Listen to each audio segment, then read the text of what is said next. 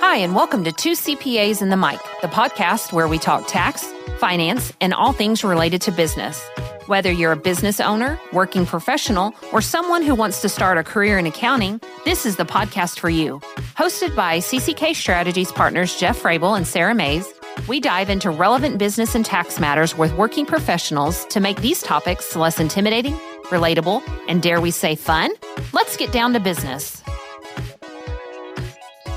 Welcome to this week's edition of Two CPAs and the Mic. My name is Jeff Frable. I'm a partner at CCK Strategies. And as always, we are so glad that you are joining us. We are talking about relevant business and tax topics. We're using straight talk and practical information, and hopefully not all the stuffiness and jargon that's generally associated with our profession. As always, I have my wonderful co-host, Sarah Mays. What's up, Mays? Hey, Frable. I like how you say, hopefully, we don't have all of the jargon. Yeah. We don't have jargon. I throw it in there just in case we mess up. Valid, but we don't. We're pretty straight talkers. We're pros now, I think. Yes. Yes. The way it goes. And always is KP. Hi, KP. Hi, Jeff. Hi. I happened to notice that you called Sarah wonderful.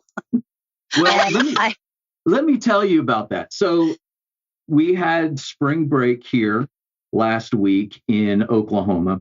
And so my wife and I took a road trip to go visit our girls. And I actually got her to listen to 3 of our episodes. If you're a regular listener, you know these kind of put her to sleep. She's really not in the business world. But I made her listen to 3 episodes, and she didn't hate them. She really liked them. Which ones? But the Addictive Leadership, okay. Ooh, good Josh Juarez, Great. and then Lisa Riley. Nice. Okay. So, Good but ones. what I did learn is that I use the term amazing a lot. I mean, Ooh. I talked about the amazing episode and our amazing guests, and I was just like, Jeff, you got to stop using that word, amazing. So that's why she's wonderful this week. So, Jeff, if you want to go back and call me amazing in my intro, Okay. I'm okay with that. Okay. We will edit that. But the other really cool part about our trip is, guess where we stopped for gas on this trip? Effingham. We stopped in Effingham. Yes. Yes. And we even stopped at that Effingham Quick Trip. QT. Yes. Yes. So Yes. Oh, Lisa go Riley.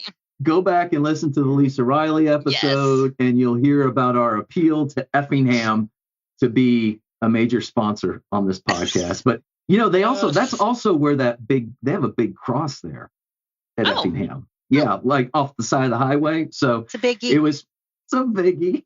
It's a big cross. Yeah, it really is. So anyway, QT Effingham, you had a resident celebrity stop by last Nice. week, and they never knew it because it was about the middle of the night. Anyway, Oh, man, you didn't get to Mikey, do I'm autographs sorry. or Just anything? starting. no, I'm sorry. no autographs. So, but it was the QT in Effingham. So Nice. anyway, all right, we will You should bounce off have in that. the bathroom put Frable was here. Two CPAs in the mic. With some liquid whiteout, a liquid Yeah. paper. Yes. Well, let's hope today's episode is as amazing and fun as this discussion is going. But Yes. we have another great guest today. I think it goes without saying that we talk all the time on this podcast about divine intervention, divine appointments, and God connecting the dots and all that kind of stuff. And today is no different. Today we have Mikey Manghum on the show. Mikey is a VP and financial advisor with Regent Private Wealth here in Tulsa. But more than anything else, Mikey Manghum is an incredible man. He is a friend of mine. And the reason I talk about the divine appointments and the divine meetings is because years ago, Mikey was a D1 athlete, was a basketball player with the ORU Golden Eagles. And my son and I watched him for 4 years from the stands. And we loved Mikey Manghum. He seemed like a really cool kid at the time. And then we got hooked up at a Tulsa Chamber event, and we've been good buddies ever since. We get together and have some discussion and talks about families and life and the workspace and all that kind of stuff. So Mikey Manghum, welcome to the podcast. We're excited to have you today, sir.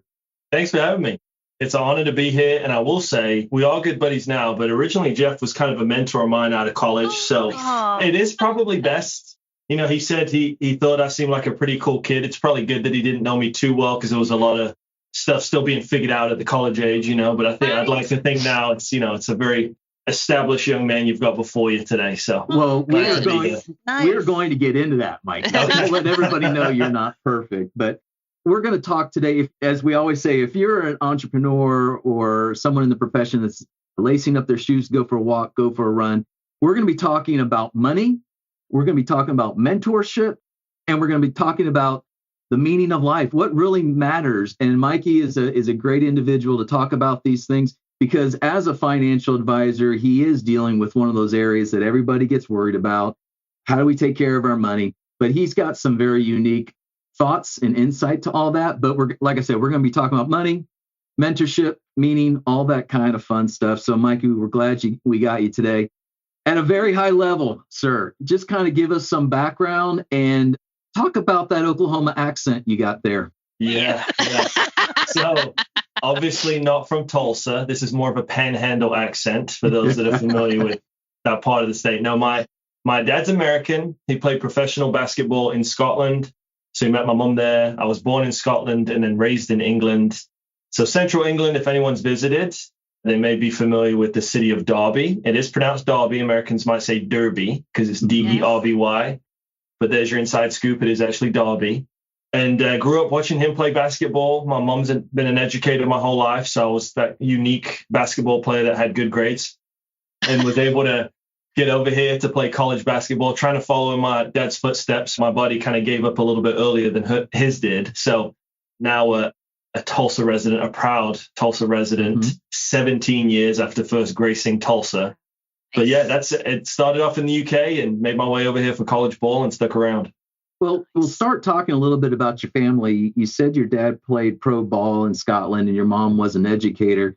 Talk just a little bit about your dad's career there, because not everybody has a dad that played pro sports. So how long did he play and what was his career like?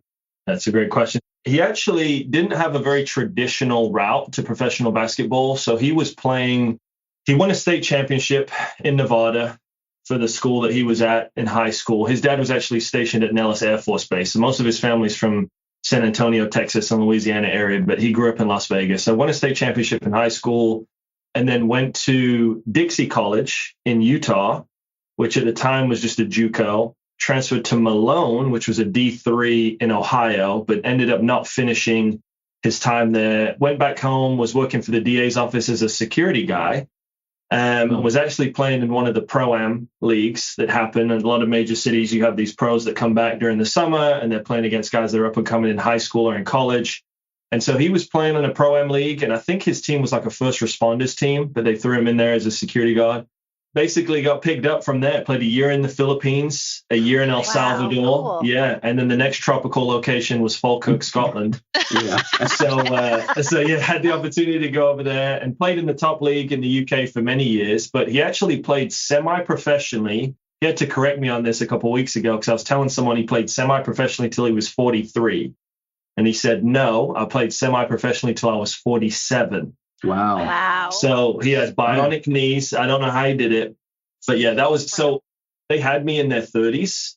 And so a lot of times, a kid born in that phase of life doesn't get to see their parent compete at that level. But I was still fortunate enough to see him playing some lower levels and then play semi-professionally, and never forget being on the court before games, helping him stretch, rebound, being in the locker room after. That's kind of where the love of it was manufactured for me, just seeing that there could be a lifestyle from that and the community that came with it. So that's really what inspired the basketball dream for me. That's so cool. Well, I think that's a great segue, Mikey, to kind of go into your D1 years. So I always joke about my son Andrew and I would watch. We went to every ORU home game for probably about 10 years. And you know what it's like. You get some of these guys on the other team that seem a little dweeby and all that kind of stuff. And when you sit on the court at half court, you kind of start chirping at these guys. And I would always tell my son, well, that no matter how dweeby that guy looks, he's scored 2 more points in D1 basketball than I will ever. That's right. I will ever score. So Talk a little bit, because I think this plays really well into the further conversation we have, but talk a little bit about the roles you play on the teams, because you were not necessarily the star on the team, but you played a very important role. Talk a little bit about that. Yeah, it's probably helpful to back up a little bit to how I even got to ORU in the first place, playing Division I basketball. We did not know how the system worked over here, like being recruited in high school, prep schools, JUCO. We did not. My dad was so far removed from that he just didn't know. And so I had seen, obviously in the UK, they started airing the NCAA tournament, which is going right now for those that might be listening after the fact. It's going right now. And so I had seen that in the UK as a teenager. And so I basically made a list of every team I'd seen play in the NCAA Division I March Madness tournament. And most of those athletic departments got my academic transcript and my game film. Okay. No one was recruiting English players for basketball. Soccer, maybe, not basketball. Right. So I ended up getting an opportunity to come over as a preferred walk-on for ORU. So I was not coming in as a scholarship guy. I had to take that first year and really put on some weight. It was a different style of basketball than I was used to. And so I just had to adapt to all of that, and then eventually was able to earn a full ride scholarship. But even in that, it's like, hey, you weren't brought in to shoot 20 shots a game. You're going to be, knock down the open three, run the offense, and play defense. Like whoever the best guard is, a point guard or a shooting guard on the other team, we need you to lock him down best you can when you're out there. And so I just owned those roles. Like if that's what they're telling me to do, let's just go be excellent at that. And then hopefully that leads to playing time. And as you and Andrew got to see, like the more I got into my career, the more time I got on the court, those games I got to start. So it turned into a pretty cool opportunity. I think I remember you telling me a story where you took a shot at the end of the game once that you really shouldn't have. Man. Yeah. Give the short version of that story. Yes. It's really pretty common. So it was my freshman year. I was supposed to be redshirted, but we had two guards tear their ACLs. So basically I had to come back up our third string point guard at that point. And back in England, back in my country, I had the green light. And so I was still adapting to this whole play your role thing a little bit. And I fancied myself as a decent 3-point shooter. So it's conference tournament time, which, every shot in a conference tournament is a big shot. Every possession matters. And so I was in there to give our point guard a breather, and they swung the ball to the top of the key. I was about 5 feet behind the 3-point line. I let it fly. And I missed, and I was immediately yanked to the bench. And the assistant coach comes over and he said, son, I can't use all of his language, but son, that was an ill-advised shot. You're a great shooter. You're going to shoot a lot of shots while you're here in an ORU uniform. That was not the right one. Know your role when you're out there next time. I said, yes, sir. So have you ever used that with a teammate in the office atmosphere there, Mikey, about that's just not your role? Maybe you should try something different? Yeah, probably not quite as blunt as that. If anything, I'm probably encouraging teammates. You know what I mean? Like I use the term a lot, shooters shoot. Like if you are in a position to play a certain role, that's what we've hired you to do. We know you're equipped and capable of doing it. Don't ask for permission. You've been equipped for that. You're skilled in that lane.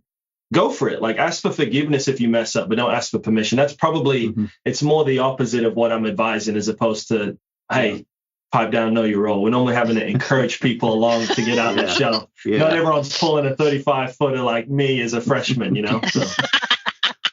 Well, what other things from that D1 experience started to set the stage for you in the business world, Mikey?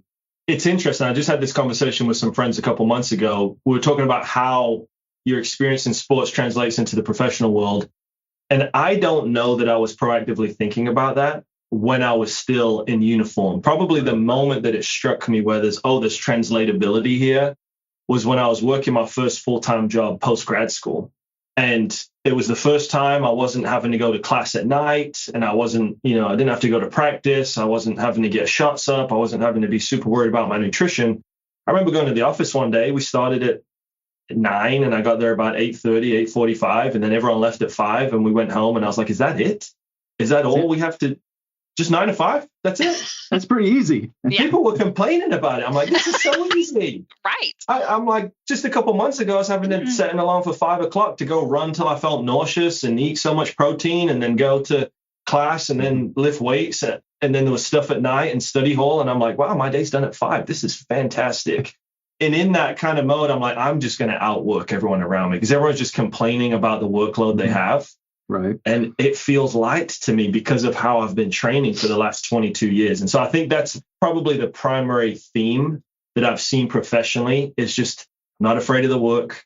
Mm-hmm. And I have this kind of thought in the back of my head, I'll just outlast people and be committed and consistent and reliable. So, Mikey, you played in front of probably millions of people, right? Or at least thousands for sure. Sure. What's it like handling the pressure of being in front of all those people? And how does that translate in any way to the business world, or the things that you learned back then that help you cope differently now? Yeah. So I think, I don't know which coach originally coined it, but like pressure is a privilege, right? So if you're in a position where there is pressure, it's an honor and a privilege to be carrying that. I will say it is a little bit different playing in front of like 26,000. 26,000, I think, was the most. We went and played Louisville in their old arena when they had Rick Pitino still as a coach. He's now St. John's coach. Right. And it was loud in there. And I was genuinely intimidated by just kind of the atmosphere, having watched them on TV. And so once you've been in experiences like that, going into a boardroom or preparing for a big client meeting, just it doesn't seem as scary or intimidating. Right. So that's definitely a benefit.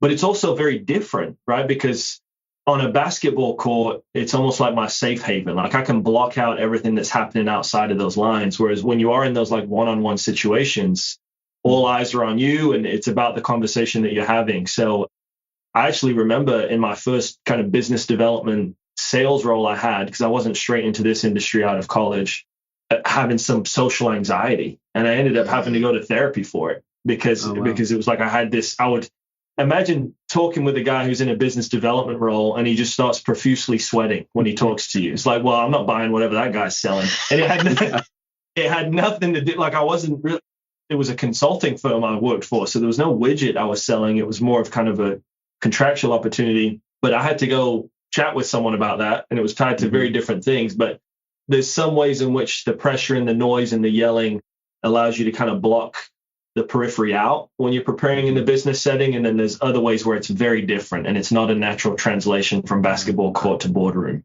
Yeah. Well, we had a guest on before whose husband pitched in D1 baseball, I guess at Tennessee. And so she talked about how he can deal with pressure, how he could have everyone yelling at him and he just blocks it out. So that's something that a lot of us wish we could do, but not many of us can do for sure. But before we transfer out of this D1 conversation, and just so our audience knows that you weren't just a guy that came in for 2 or 3 minutes a game, you have a special place in our heart, my son and I, because how many 3-pointers was it that you sunk in a row that one night? Was it 6? 6? It was 6. Yeah. That was a very fun night. For those listening, I got to be honest about this. The reason I sunk them is because I was wide open. I mean, South Dakota decided to play a triangle and 2. If you know anything about basketball, nobody in college plays triangle and 2 or box and 1. And the idea is that the 1 or the 2 are face guarding the best players or the most offensive threats from the other team. And the other 3 or 4 are kind of in this zone against the rest of the team. So they decided to play a triangle and 2, and they wanted to face guard Dominique Morrison and Warren Niles, rightfully so. Those were our green light guys. They probably averaged 20. And they're like, this guy, this British guy, point guard, averages 3 or 4 points. Like he should be playing soccer. So we're just going to leave him open, right? Okay. And sure enough, I went 6 for 6 from the 3-point line, all in the first half, because in the second half, I got the triangle and 2 treatment, and then I got face guarded. But that was a very fun night. It was a very fun night. Well, and there's probably no better team to do that against than South Dakota, maybe North Dakota State. But if you're a Summit League fan, you know we don't like the Dakotas. So. Anyone with Dakota at the end of their name or in their name somewhere, we took great pride in beating. Yeah, that's right. That's right. And if anyone is listening from there, we really like you guys. Yeah. Great people. And here's what I'll say. You show up in droves for your teams, which I can appreciate now. Being on the other side. I hated it when I was playing, but honestly, like the amount of South Dakota State fans specifically that come down to Tulsa when they play us at home, it's very impressive. I mean, they have a great fan base. It's just so annoying to go play in front of them. Yes, Jeff, absolutely. May I ask a question before we move on to the next one? Mikey, as a team player, so when you were talking about your first BD role and you clammed up and you mentioned sweaty hands and all of that stuff, did you find though that there are some individual sports, golf, let's just use golf, you're used to that one-on-one and you're used to relying on your skill. And if you're on a team, your individual score goes towards that. Whereas on a team, you're so ingrained that you have to truly lean into each other. You know each other's weakness, you know each other's strengths, you know when to encourage. If you have an ACL tear and you're a senior and you have to be on the sidelines, that you need to be cheering louder because it's just so ingrained. As you were going through that initial career when you were transitioning, did you miss your team? I did. That, honestly, that's such a great question, Christy. But I think the camaraderie that comes from like going to war with those guys, people get to see us play on the court, right? And it's fun for the fans, but they have no idea what you go through in like preseason conditioning, the 2-a-days, 3-a-days of practice. And not all of the guys on the team was I had a very close personal relationship with, but there's something about that brotherhood that happens like in the locker room and on the court. It's very hard to replace. It's probably why, and I know we'll talk about some intentionality later, why I've sought out mentorship and close friendships, like covenant friendships, is because I was just built for that. And I practiced in that for, yes, my college years, but probably another decade before it too. So you're right. I think part of the transition has been mentally, when I am in a one-on-one situation, now I almost see like my family as the team. And whereas at ORU, I was a role player, it's like, no, you're the green light guy. You have been called to lead your household and it's on you. Like the book stops with you. So yes, Olivia, my wife's going to play a role. The boys, as they get older, are going to play an amazing role. But like it's coming through you, El Capitan. So I think that was some of the switch, right? Is going from role to lead player in a different facet of life. Nice. Good stuff, Mikey. Mm-hmm. So good. Mikey, you were at ORU for 2009 through about 2012. Yeah. So 13, so you've been out in the either grad school or in the business world for 13, 14 years now. As we start to move towards that first M, the money, tell us a little bit about your career, because I think you were doing something. You are a financial advisor, but that has grown over the years from the way you were to the way you are now. So kind of talk through that process, the things that you learned and how you've developed. Yeah. I always felt called to this industry. I actually had an elective course freshman year at ORU that was personal financial planning. And I hate to over spiritualize it at a place like ORU, but it was like a Moses in the burning bush moment in that syllabus class. I'm like, oh my gosh, this is what I want to do with my career, marketplace ministry. Can't wait to do it. But like every young 20-something out of college, I didn't find the dream thing right away. And so I gave up hope for a while. During grad school, was working at a State Farm office, which is a great place to learn the insurance side of the industry and cut your teeth and be picking up the phone and, doing all those kind of things. Then went to a management consulting firm for several years, had great experience there. It's a boutique firm in Tulsa called the Persimmon Group, and worked there under some incredible people, like folks that had been rock stars in the room at each of their respective prior careers are now all in one place. And I'm just gleaning that wisdom. And then started to transition into the financial industry, started more on, again, kind of the life insurance side of the house, but quickly when I got to that firm, tried to get licensed so I could be as well-rounded as possible, started pursuing CFP designation. And as I learned more about the industry and where I think the gaps are, this word is so overused, but that idea of like a holistic advisor has become more of like what I'm really trying to pursue. You guys are probably very familiar with how family offices work. But the idea of a family office is that someone is speaking to all these different potential silos in your financial world and trying to bring a cohesive game plan together. And unfortunately, for those of us that aren't at a family office level of wealth, that really doesn't exist for middle market. So really where I'm at now is trying to bring almost that fractional or quasi family office style of planning to folks that aren't quite worth 20 million yet, but maybe you're aspiring to be.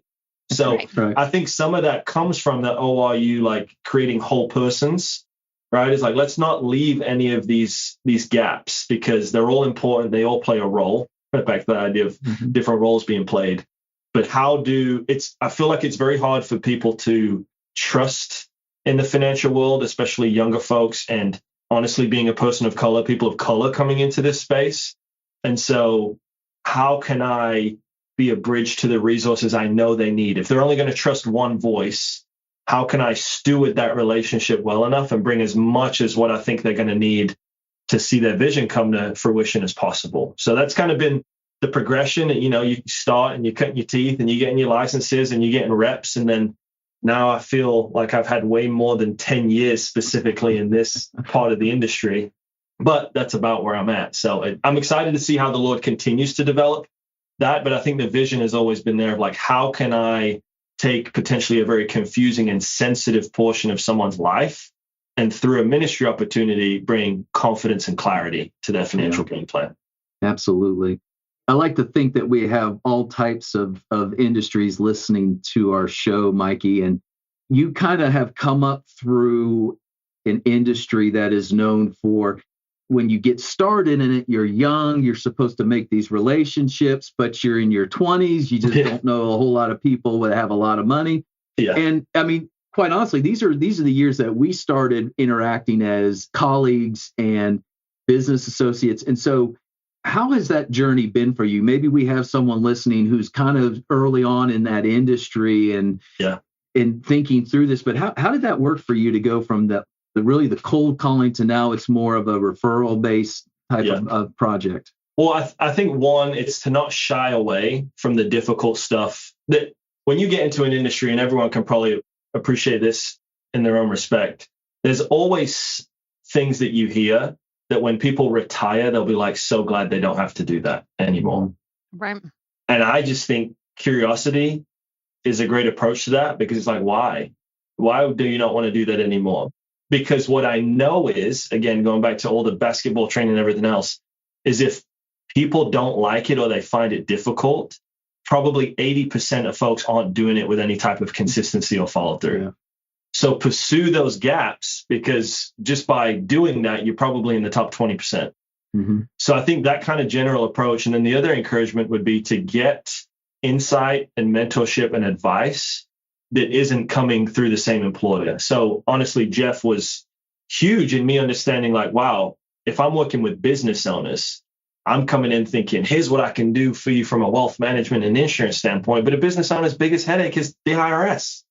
Yeah. So it's like, okay, so how am I tailoring the conversation? Am I partnering with folks like Jeff? Am I understanding what some of these nuances of dealing with this type of clientele or headaches that a business owner is dealing with? And am I getting a firm understanding of what my clients experience in? So the mentorship is huge, the pressing into the difficult stuff. And then I think, especially in your 20s and early 30s, being humble enough to know like, hey, I may not have it all figured out. So let me just keep asking questions. Is this the right place to be long term? And that's not to say that the place you're at right now, if you're in your development season, isn't the right place for you right now. But what I have tried to be cognizant of is when I feel like the Lord's calling me to the next thing, or if like grace has like left this particular area for one season, or if there's been a shift in the way leadership is doing things, and maybe it's time for me to call out the next level of leadership in myself and pursue that, right? To go from an employee to a business owner myself. And so I think all of that just comes down to humility and a willingness to do difficult stuff. A willingness to do difficult stuff and a willingness to be able to examine yourself and see what you're learning and what you're going through at the same time. All right. So as we kind of transition, Mikey, I want to make sure that we're able to communicate your mindset in some of this stuff. And I think you addressed it before a little bit, but just so everyone's clear on what they're hearing, because you talked about your holistic approach, and I was going to ask what your superpower is when it comes to advising, but I think that's kind of it. But what's your real why behind taking care of your clients? You know, I think going back to that story at ORU where I had the Moses and the burning bush moment, the reason I had that thought is because I remember sitting there and learning what certain abbreviations or terminologies meant and thinking, if my parents would have had this knowledge and insight and understanding, it would have completely changed that dynamic. Because I know it was an area for them that was tough. Neither of my parents came from any type of money. My mom was the first in her family to go to university. And my dad completed a college degree, but much later in life, kind of as a non-traditional student. And my mom's this like frugal, Scottish, precious little woman. And my dad is from Las Vegas and has a kind of materialistic want for nothing. So I saw firsthand the stress that money can cause. But I also realized, like, we're not necessarily hurting for money. Like, we take summer vacations and I have basketball shoes and, you know what I mean? Like, we're being told no if we ask too much, but we're not being told no, like we can't afford that.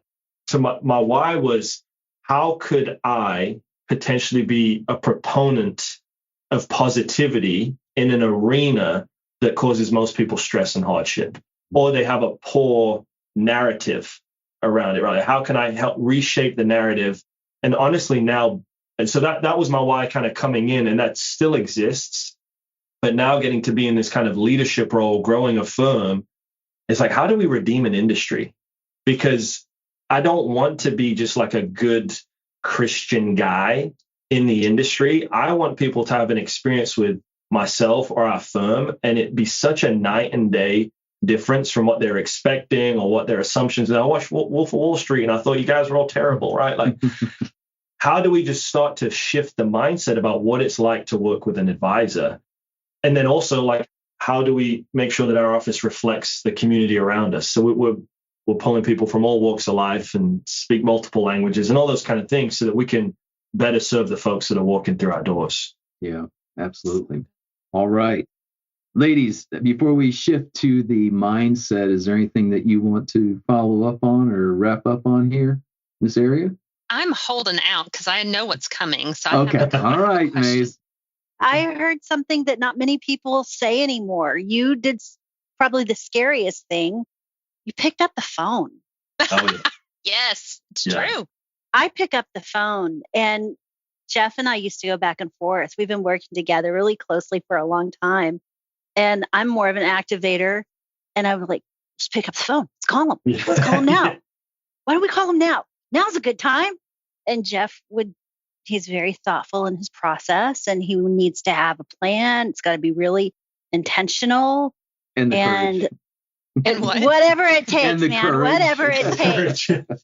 But a phone call takes some courage. And you said curiosity and courage. I think just what we've said so far is going to go a long way with someone who's listening and needs a great shot in the arm. So yeah, it's very cool. Christy, can I give a quick story on that? Because yes. That was developed over time. I had an incredible business mentor. Like I said, when I was in grad school, I worked at a State Farm office. And so the guy that was running the State Farm office actually used to be a car salesman. And you can imagine, right? People are like, oh, used car salesmen, all this kind of stuff. But he had that skill set, yes, but he had a very genuine heart, and he was a man of integrity. And so it was kind of this like unique collaboration of it. And so he saw how hard of a time I was having, like making the sales call. And he'd go through the quotes from me. He's like, Mikey, you're saving this family $40 a month. Just tell them. Just pick up the phone and tell them. Right. And so he noticed that I would like continue to talk and almost talk myself out of it. And in doing that, talk them out of an opportunity to save money, right? And so he sat by me for probably weeks. And he was like, I want you to call them back, greet them, have the conversation, tell them what the coverage is, and then tell them what the cost. And when I got done saying the cost, he would hit mute. And he was like, say whatever you want in the phone now. It doesn't matter because they can't hear you. Great. Oh, I love it. That. And he was like, what they used to tell me in the car dealership industry was the first to talk loses. Yep. And he said, that's one way to look at it. The other way to look at it is you're going to throw so much information at them. They don't have confidence and clarity. And so they're not going to move forward, even if it makes sense. So do yourself a favor and do them a bigger favor and just shush. And through little experiences like that, I'm like, okay. And that's where you get the confidence to pick up the phone and those kind of things. Awesome. My wife's a lot like Jeff, though, because the conversation could go 3 or 4 different routes. Yes. I'm thinking about the way I think it's going to go. And my wife, Olivia, has got like, well, if it goes this way, I'm going to say these things. And if it goes this way, I'm going to say. So she has to have like multiple scripts, like the give yourself goosebumps books where you choose which page you land on and then you go in a different direction, right? Like that's how she is. But yeah, I was just kind of forced out of me. She needs a plan. That's it. Hey, we're a great team. We're a great team. Yeah. Yes. Yeah. Love it. Awesome, Mikey. So let's talk about mindset. You kind of referred to it a little bit earlier about mentoring. Just talk a little bit about how that's a passion of yours and what you're doing where it kind of came from and what you're doing now to continue that in the workspace. Well, I think, just over time, I have now seen the fruit of shifting a mindset, and I see how much is tied to the mindset. And I know this is, for some people listening, they may be like, oh, it's another person that's like, it's all in your mind. It is. You know what I mean? Like I came in, there was no business. I had no business coming in as a walk-on with no assistant coach vying for me to get playing time, to earn a full ride scholarship, end up getting a master's degree paid for, and also be able to go on missions and excel in business while playing. It was just a mindset shift. And then even when I fell short in certain areas within business or in my marriage or in parenting, having people like remind you, one, who you are in Christ and making sure you're activating your authority. Because I think that's one of the ways that the enemy just tries to neutralize us, right? It's just like, if I just distract them or have him think that he's not as powerful as he is, then he will just keep him on the sideline and it'll be fine. But having people kind of activate that next level in me, I think has been huge. And so again, no one in my family had ever owned a business before. And I own a business now. And so, it's just, it really does start there. And actually, I don't know if we were going to get to it, but that's what my TEDx talk was about when I had an opportunity to do that at University of Tulsa, is people go straight into like, what are the financial tactical moves I need to make? I saw this on TikTok. I saw this on Instagram. And it's like, well, it really needs to start up here. Where are you at today? What's the narrative been to this point in your life? Because whether you realize it or not, so much of what you do on a daily basis is habitual and it's happening in your subconscious mind. So if you want a different outcome, you have to constantly feed the conscious new stimulus until the subconscious starts to change over time. And it's a long process. But that's why stuff like, having Bible verses or affirmations that you speak every day, and honestly, my understanding of why that would work comes from my basketball experience. Not a good 3-point shooter, shoot a ton of threes in the off season. Now I'm a good 3-point shooter, right? It's just the repetition of the right things. Yes. It shifts things. And so that's, I think, what the mindset was like. The process and my approach to it comes from that. If it feels weird now, good. Because my mind is on a certain setting right now. So if I'm exposing it to a new level, it's going to feel weird for a while. The weird feeling is not an indication that I need to stop. The weird feeling is that I'm growing. Yeah. And so I'm expanding to a new level of thinking and a new level of me. And I think to combine that with, I was privileged enough to walk through an exercise that I believe Dan Sullivan, who's strategic coach, he owns the strategic coach coaching business. He does an exercise where he has people fast forward into their future. And it's basically like an end of life type thing. Like, hey, how long do you think you're going to live? And then add 10 years to it. All right. At that age, what has to be true in your relationships, in your faith walk, in your finances, in your physical well-being and health, and in all these major areas of life? What has to be true for you to say, I ran my race well. I've lived a life I'm proud of. I'm leaving something great for the next generation. That question opened up my mindset, because once you identify that, it's really easy to reverse engineer. But if you don't have a point B that's worthy of pursuing and chasing, we all just kind of wander around, and it's very easy to get distracted or discouraged or break a habit. And it's like, well, I don't go to the gym because my goal is to be whatever weight by the end of 2027. I go to the gym because I will beat my sons in one-on-one basketball until they get to high school. Yes. That's my mindset, yes. And so, you know what I mean? There's a different driver there that keeps me more consistent than maybe others that don't have that. Okay. Did your dad beat you when you were doing? Oh, 100%. Sarah, fantastic. The first time I almost beat him, he pretended the phone rang inside the house. Oh. He went in the house and never came back out. And I was working him, right? So yes. I think I was up by 2 points. It was like 7-4 or 5. And it was like 6-4. And I start dribbling right. and he goes to reach, and I put it behind my back, 1, 2, reverse layup with the right hand. I'm up 7-4. Phone call happens. Never see the man again. So yeah, absolutely. That is a hereditary trait that I will continue in. Yeah. That is awesome. And Mikey's not bitter about it at all. Yeah, you can tell I'm still thinking about it. I was 15 years old when that happened. Yeah. Well, but I also think you have to have a strong foundation in your mindset too, because I know we've talked about being strong with your D1 teams and even in business, but you had to have really good foundational support for your mom and dad for you to move from the UK all the way to smack dab in the middle of the United States. Yeah. Does anybody in the UK even know where Tulsa, Oklahoma is? They do now because Mike came here to play basketball. Yeah. Right. No, most people don't know where it's at. Maybe the Thunder has helped put Oklahoma on the map a little bit for folks that like basketball. But no, you're absolutely right. My mom came to Christ in her 40s. And so from that point forward, like what she has instilled in me, she's the prayer warrior. She's the interceder. You know, if you have something on your prayer list, you call Lynn Manghum. Okay. And you know what I mean? Something's going to start moving in the heavenly places because of that woman. And my dad, from a basketball standpoint, it was just like, hey, you're capable. You've put the time in, right? Like the worry and the nerves coming into a game is really just like the product of you knowing you haven't done the work. And so that type of encouragement from him, and then my mom just being her baby boy and feeling like I can do no wrong. And there's always a safe place to fail. And, you know, all that kind of stuff I think is huge. And it's something I'm trying to reciprocate with my own boys now. But yeah, I definitely so. Like knowing that I had the foundation of my family and their love and support. And even when I was dealing with that oldest child, golden boy syndrome, where it's like, I can't mess up. Right. We're like, just so you know, we know you're not perfect and you're going to mess up and we still love you. And I'm like, I wish I would have taken that to heart as a teenager, but you know, here we are. I hear you. So Mikey, you've been serving as a chaplain on the men's basketball team for a few years.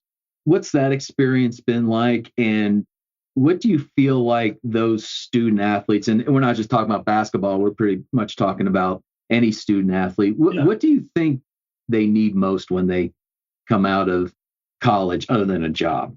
Yeah. Well, I think one, they do need the encouragement that there's translatability from their sport, right? And that's, I think, something, you know, my younger brother actually helped start something in ORU athletics called Mindful Mondays. And it was basically a space for athletes to come and talk about the hardship of being an athlete. Like, hey, I'm not a regular student. I have to do all this extra work. And if I fail, people are telling me I shouldn't be making my NIL money and, you know, all this kind of stuff.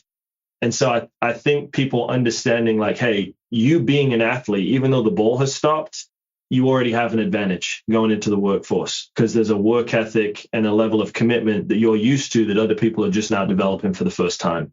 And so I think that's one thing that I try to instill. But honestly, you know, if I'm being candid, when I first was in that chaplain role, I remember being in that seat. And I remember trying to kind of encourage and hype the guys up and finding parts of scripture that they may be like, oh, that I've not heard that, you know, I've not been raised around the Bible. So that's a cool story. Like that doesn't sound like this soft, weird thing that I've, you know, heard about Christianity. Like, oh, you can be a Samson or a David or those types of things.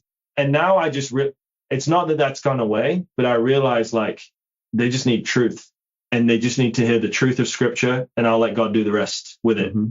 So now I just try to be available to them. It's like, hey, I know this is hard. I think that's one thing that they appreciate is I can relate to where they're at. Yes. You know, I'll address in different parts of the season. I'm like, guys, you're coming down the stretch. I know your bodies are tired. I know you beat up. And so even them like understanding, oh, he was here. He's done this gives me a voice that maybe other people haven't earned. And so I just try to not take that lightly. And so it's giving them truth, giving them stuff that can apply on the court, but helping them understand this is going to apply in life too. Like this is part of your manhood, not just your superstardom on the basketball court. And so that's the challenge for me now is to try to carry that tension a little bit, knowing that some people are very much following Christ, coming there to play basketball, and other people just came there to hoop and they don't care about the spiritual stuff. So how can we try to break through to those guys too? Absolutely.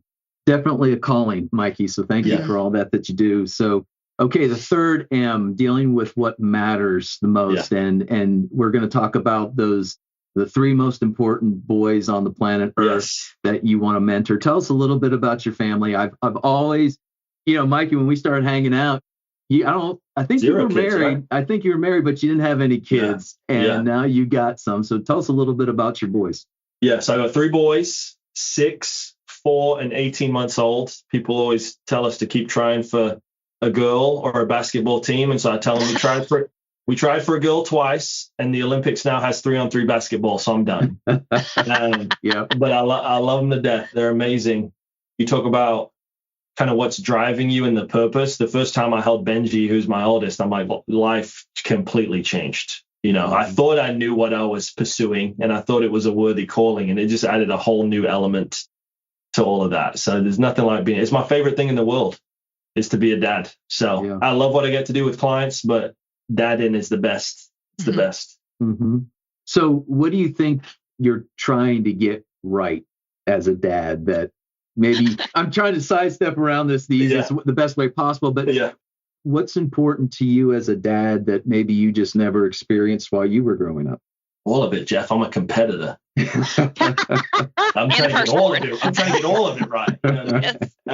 No, I think so. My dad's kind of faith journey, the jury's still out, honestly, on kind of where he's at. So we can continue to pray for my dad and kind of where he's at. And that's a whole nother story for like his upbringing and what he experienced. Mm-hmm. So I completely understand. I think when I think big picture, the phrase I always come back to is like, I want to give my sons as clear a lens as possible to God the Father. Mm-hmm. If I help them have an easier time understanding the love of God, the goodness of God, and maybe why there should be a healthy fear of God, then I feel I've done a good job, right? Like I don't want them to have experienced me as their earthly father and be like, man, this thing that I'm being told to believe in church or as I'm reading scripture is like completely different than the guy I saw growing up. So that's a combination of encouraging them, loving them, correcting them where it's necessary, loving their mom well, having good friends around, because I know at some point everything I say is going to be lame, but if they think they have a cool uncle that I'm like, hey, Luke, go say this to him, and they come back like, Mr. Luke told me this and it's amazing.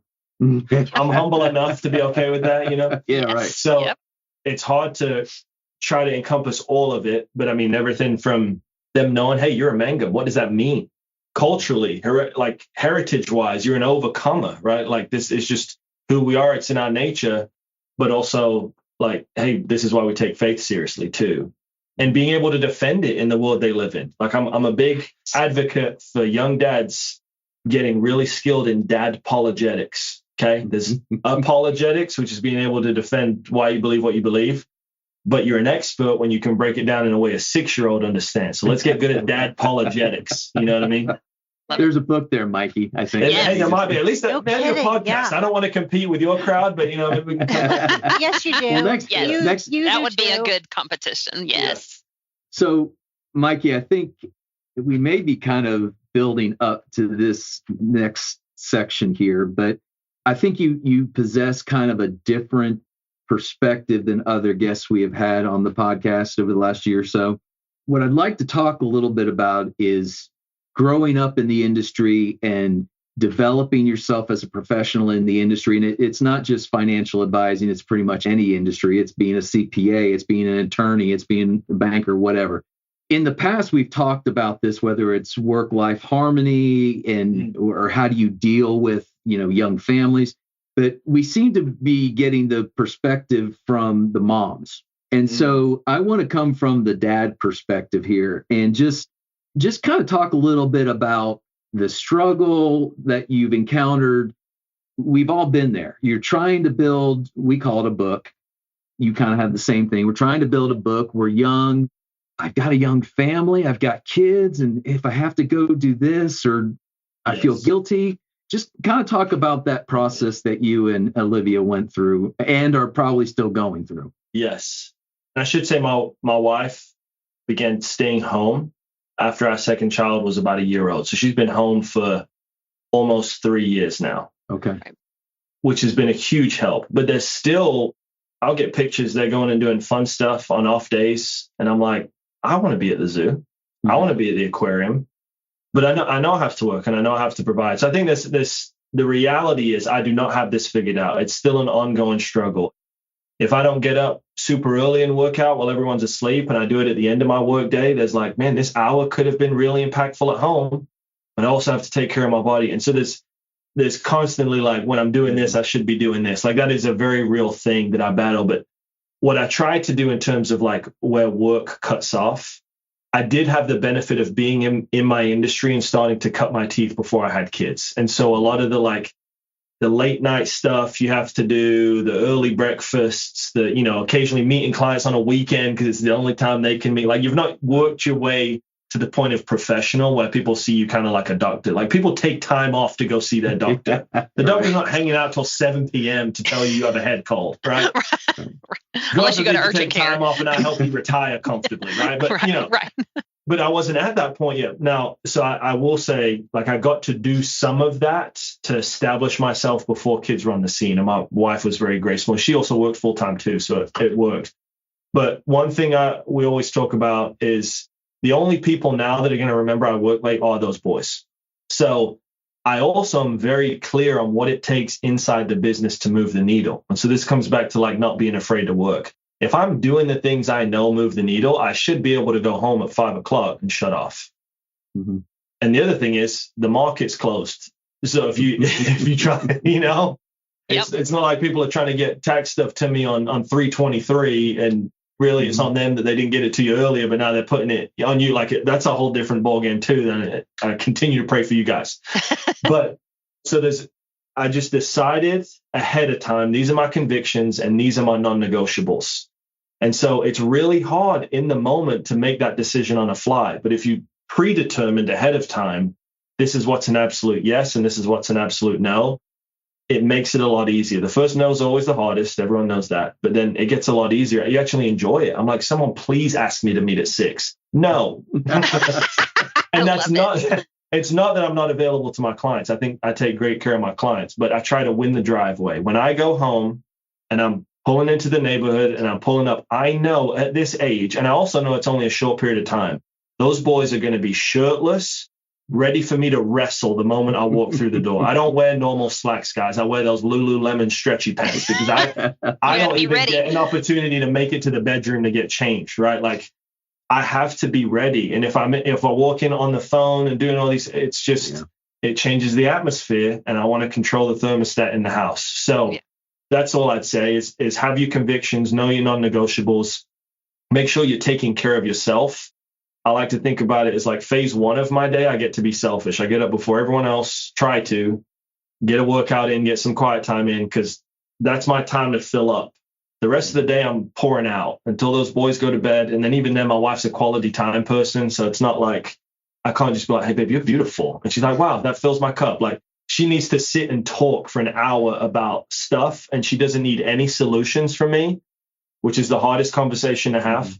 And she knows, and I love her, but it's like, hey, you're presenting all these problems and I'm not allowed to give solutions. This is sanctification in real time. You know what I'm saying? Like, this is me growing in a spiritual sense in real time. So, so all of that, I'm dealing and juggling all of that. And I just try to do a good job of when I'm there with them, they get my full attention. They don't need to see me head down in a laptop or a phone. Honestly, my biggest fear is they'll do picture therapy one day and the picture is dad with an iPhone in his hand. I'm like, if I can just avoid that, it's a good start. So I guess the question I originally jotted down was, how do you balance ambition with being present? And I think what I'm hearing from you is you've made some very conscious decisions about when you're going to do what. And so when you're working, it's ambition and you're all in, but you know where to draw that line and to be present. Yeah. Because I mean, the primary ambition is to hear, well done at the end of the race. And I don't think the best version of me, I don't think I get to hear that if I shirked my responsibility on my primary ministry, but I crushed it at work. I just don't prioritize it that way. So yeah, very good. Sarah, did we get to your questions yet? Or did you? I already inserted that in. I just still think it's just amazing. I just find I'm just amazed at people that can just pick up and move across the sea And I mean, as someone who moved, I've moved my whole entire life until I got married to my husband. And I mean, we were moving every few years, and it does take a lot, especially as a kid. It takes a lot, but just to be in that place when you're 18 years old and it's inspiring. Yeah. You have a lot, you can see the mental and spiritual strength in you. Just in that. I think that's a huge part of it. Very cool. KP, do you have anything as we start to transition to a close? I think we better close, because if I start, I'll just keep going all the time. Christy has this way of asking 5-minute questions that get very deep, right, Christy? I love it. I like people. I like the story. Mikey, just a great topic of conversation, great insight. I don't want to wrap this up without people having the opportunity to know how to contact you. So what's the best way to get in touch with you? We may have someone listening who goes, boy, I really like what that guy has to say, and I might want to engage him. Or maybe I'm a young person and I need more insight and wisdom. How can someone get a hold of you? Yeah, I mean, honestly, the best place to reach out to me is via email. So my email is just mmanghum, MMANGHUM @regentprivatewealth.com. And then other than that, I mean, if people want to connect on LinkedIn, that's great too. I try to post occasionally articles on kind of the mindset part of money. So if that is of interest to people, you can catch an article every so often on there. That's pretty much it. I'm not on social media a ton, other than to like keep up with what's going on in basketball and maybe giggle at some slapstick humor. So I don't have this big Instagram following that I'm trying to create or anything like that. As you guys know, compliance in our industry makes that kind of difficult anyway. Yeah. So email or LinkedIn is probably the best way to get a hold of me. Mikey, we'll tag you too when we post the, awesome. We'll tag you so people will know. Thank you. Well, Mikey, we mentioned earlier we have 2 traditions on the show. I've been thinking about it. Yeah. And this is the second one we always wrap up our shows with rapid fire. Oh, snap. Wow, you guys are really good at that. Okay. Yeah, really good at that. Let's take a little sip of this energy drink right here. Okay, here we go. This is the other way I stay engaged at home, you know? Who is that? What is that? Bloom. Just a Bloom energy drink. Yeah, Bloom. If you want to send some sponsorship cans, that's great with me. We're looking for sponsorship all the time. So we're trying to get Effingham, PT, and now Bloom. Okay. Yes. And I think, Mikey, we do this every episode, and I think I'm calling this the Mikey Manghum edition. So, all right. Okay. Question number 1. What's one English delicacy that Americans cannot get right? A delicacy you can't get right? I mean, you don't attempt a lot of fish and chips, though. Just terrible. You guys do a terrible job at fish and chips. Okay. Thank you. Thank you.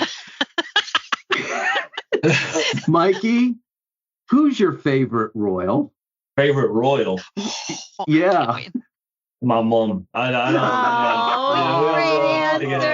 My mom. Okay, Sarah, who's your favorite royal? That's a cop-out. I know, it was a cop-out. I like the next generation, so William and Kate are my favorite. Okay. Yeah. All right. Those are 2 royals. I know, but they're one. They're married. Yeah, that's right. I did enough listening to this on my wife's podcast while we were driving over spring break. So I got the whole lowdown on the spares, the royals, yes, everything. I love it. All right, Mikey, what do you want to spend money on but just can't bring yourself to do it? Oh, shoes. Shoes. I would quick. I would be a sneakerhead if I would allow myself to be. But we already have one person in my marriage that likes to spend, so I've got to. Okay. Yeah. And we're not saying who. We're not saying who. No, we're not saying who. No, yeah. Probably Benji. So, okay. Chamberlain, Jordan, or LeBron? Oh, my gosh. Oh, I'm a 90s kid. I grew up in the 90s, so I've got to say Jordan. Okay. All right. Good boy. Good boy. All right. Last one, Mikey. Who's your final 4 for the 2026 bracket? Oh, this year. Everybody's grabbing their bracket. He's got data. That's a great question. I'm going to compare. Who did I just text that to? I know I have Arizona and Houston in the championship game, I believe. Okay, which would be a rematch of the Big 12, right? Big 12 championship game. And I think if it happens, I think Houston gets them this time. because they got embarrassed pretty good. Yeah. Dang, who were my other ones? I think I had Michigan, maybe. What about Duke? That. And I had Duke getting upset. Oh. UConn was my other one. Because I think UConn would have to take on Houston. I think Arizona would have to take on Michigan, I think is how the brackets fall out. So yeah, that's my 4. All right. Well, obviously you didn't have North Dakota State going all the way to the Final Four. I predicted they get beat by 30 in the first round. Much love to all the NDSU fans out there. Well, now that we've isolated all of North and South Dakota from our podcast. Yeah. That's awesome. Mikey, I just, again, want to thank you. It's such a great conversation, and just enjoy and love the insights, and I just wish you all the best with, as you mentor and as you lead, developing young men and women underneath you like that for those purposes. Just, it's a fantastic thing, and it's not the easiest thing in the world to do, as well as bringing up 3 young men. So you and Olivia have your work cut out for you. But again, thanks for being on with us today. If you're listening and have any questions for us, or want to reach out to Mikey and you can't get a hold of him, email us at podcast@cckcpa.com. Let us know what you're thinking. If you have any questions, any future guests, or if you just want to gripe at us, gripe at Sarah, podcast@cckcpa.com. As always, what are you shaking your head for there, Christy Porter? That was my pen. That was no. They can email Sarah. She can take it. She's got. Yeah, I can take it. Special thanks as always to CCK for the opportunity to use this platform in a slightly different way. To KP, thank you so much for always protecting the brand. To Robert Mays for his intro and outro music. Clarence Fisher with Tulsa Internet Marketing Services. And as always, Emily Johansson for helping us always get the ball across the goal line. So again, we're so thankful you joined us this time. We hope that you join us next time as these 2 CPAs get together to have a chat, and you get to find out who's on the mic. The information provided on this podcast is for general informational and educational purposes only and does not constitute accounting, tax, legal, or financial advice. While we strive to provide accurate and up-to-date information, laws and regulations change and individual circumstances vary. Always consult with a qualified CPA or professional advisor before making any financial or business decisions. The views expressed by the hosts and guests are their own and do not necessarily reflect the opinions of any organizations they are affiliated with. Listening to this podcast does not create a client-accountant relationship. By listening to this podcast, you acknowledge and agree to those terms. And that's a wrap for this episode of 2 CPAs in the Mic. If you found today's episode helpful, please subscribe, share, and leave us a review. Have questions or ideas for a topic? Reach out. We'd love to hear from you. Email us at podcast@cckcpa.com.